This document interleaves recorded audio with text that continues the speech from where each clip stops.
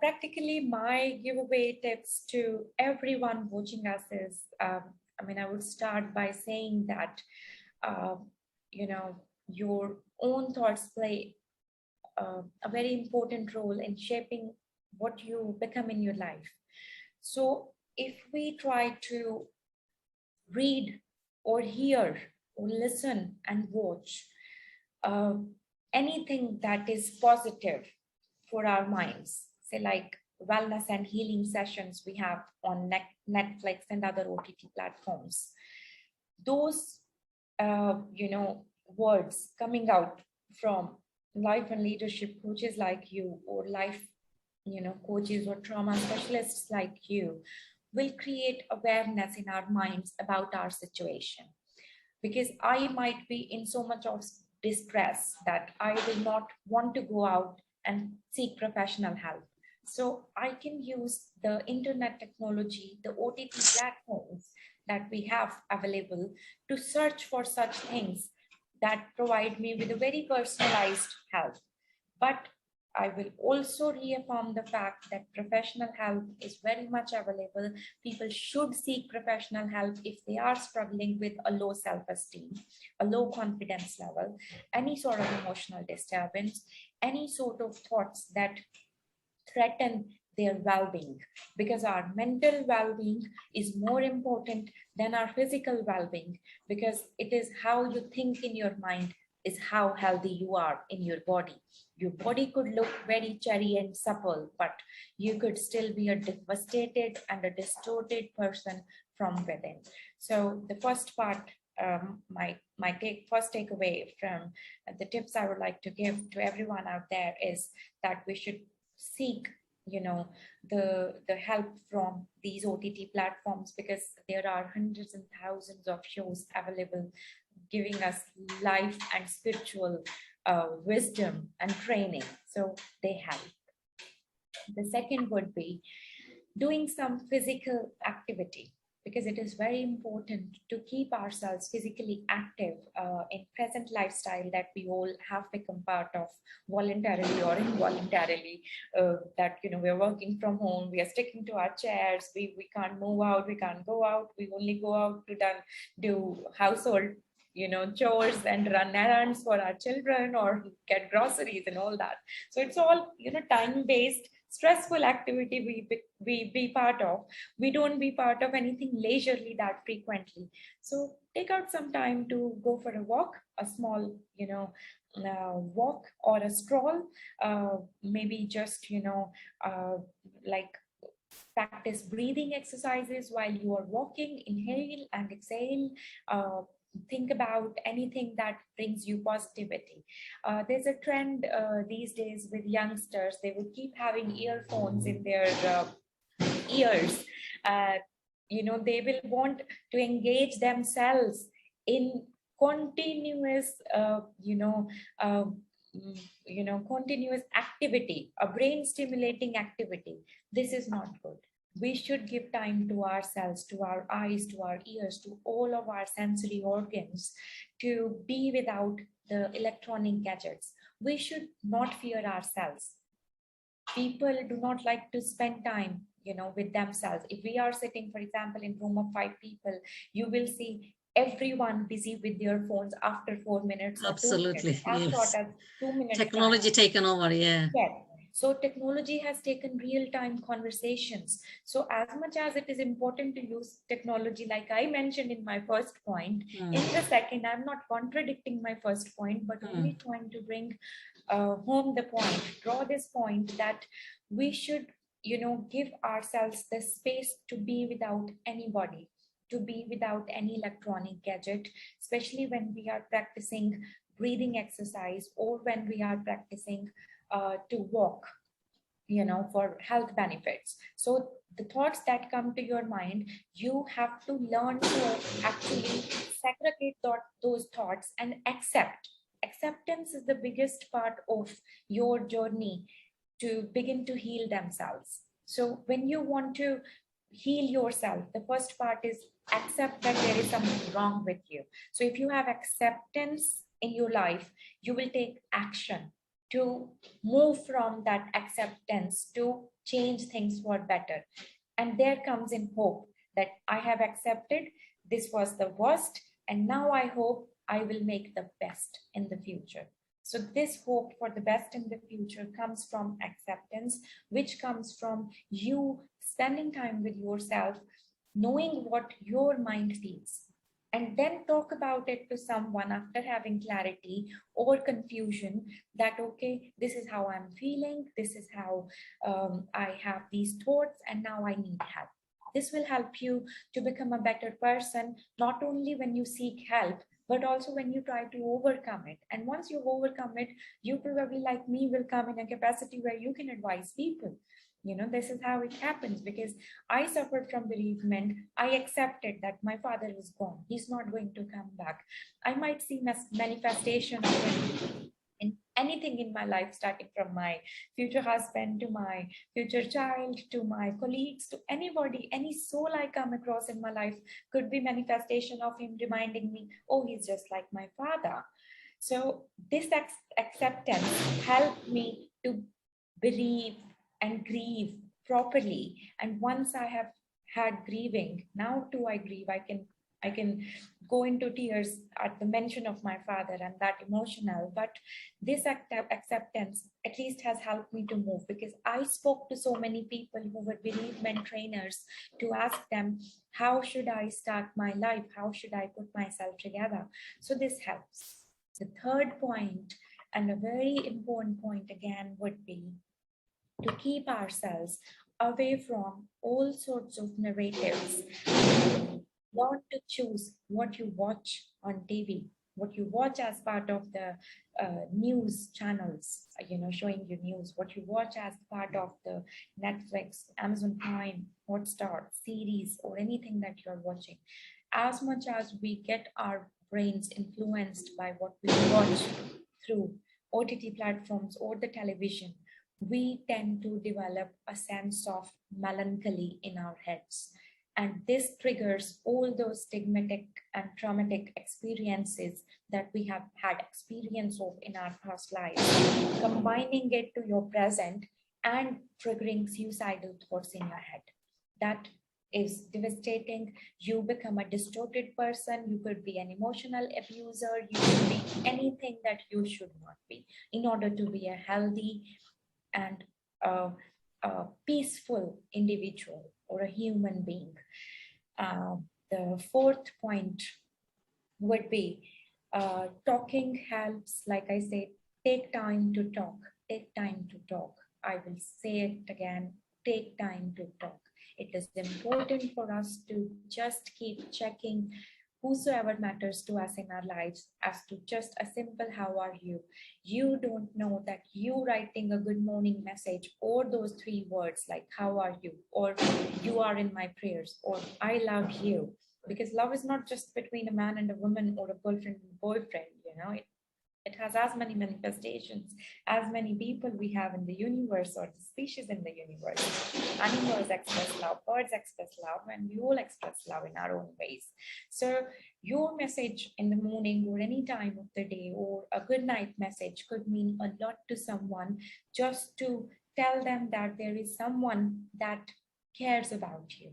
So I remember having lonely nights, and I remember having lonely days where I would just have some random message from somebody, and that gives me an option that, oh, maybe when I need help, I can talk to this person. Because you may not even have that person in your mind unless you are reminded constantly through social media or any other channel that this person is, important and they care for you. So it is important to show care. It is important to reach out to people just to ask them about their well-being, about their families, about what is going on in their lives. So whether you are a professional, you want to check on your colleagues, we all know the language we have to use. Whether you are a personal, you are in a personal connect with someone, so you know how to talk there. So we all are mindful of the limitations we all have in our relationships, but it is important that we do not subdue the factor of communication. We must consider it important to talk. And then it's about all of us as community, the last point, the fifth point, that we should all have a society in which we, or a community, because community is more connected, with each group. It connects people more closely than we talk about society, because society is a larger part, of the community. So we should have our communities coming forward to ask people to share their experiences. Like you have taken this step to ask me to share my experiences and advice and talk about my experiences. So we should give more and more people chances and platforms to talk about their lived experiences. For example, if they have attempted suicide, or if they have suffered from bereavement because of suicide, or if they are a family member of a survivor of a suicide survivor. So those experiences of people help. So to all of you watching us today, I want to really, really tell you that your story is important. Your story matters. Irrespective of the fact that you are living in any remote part of the UK or any part of the world for that matter, your story matters. It is not that all the people who come on television or YouTube or any other platform, which is a social media platform, that only their stories mattered, so they came on media to share. But it is each one of us who has a story, that it matters. Even when you are sitting in a park where you are gathered for a discussion or a happy yoga sessions where you are made to learn how to laugh and ease out your worries, as part of that happiness therapy in the yoga. So when you talk about your lived experiences or just your random experiences in life, that helps people, because you don't know what the person sitting next to you is suffering from. He might never come out in open and tell you that, oh, I'm suffering from this, but you never know. The person certainly can come to you and tell you, oh, that day this thought helped me to overcome the suicidal tendencies. And even if the person never comes, God watches you. God watches you, that you have done your bit. You have given person a platform to reach out to you. You have encouraged, showing that you understand and you will not judge the person. So you are listening, he can talk or she can talk to you. Then we have shared experiences. So if we share experiences, if we talk about whatever concerns each one of us, talk to your children, talk to your peers, talk to your mentors, talk to your coaches, talk to any person in your living environment that you feel you can approach to. It is very, very important. And that is the only way we can prevent suicides from happening. That is the only way we can prevent a 2/3 of world's population which is prone to depression. Hence, depression will lead to other lifestyle diseases like diabetes, like chronic diseases, starting from blood pressure, hypertension to cardiac arrests. And that died of a cardiac arrest, he might have been suffering from some, issues that he couldn't talk because he was too busy to talk.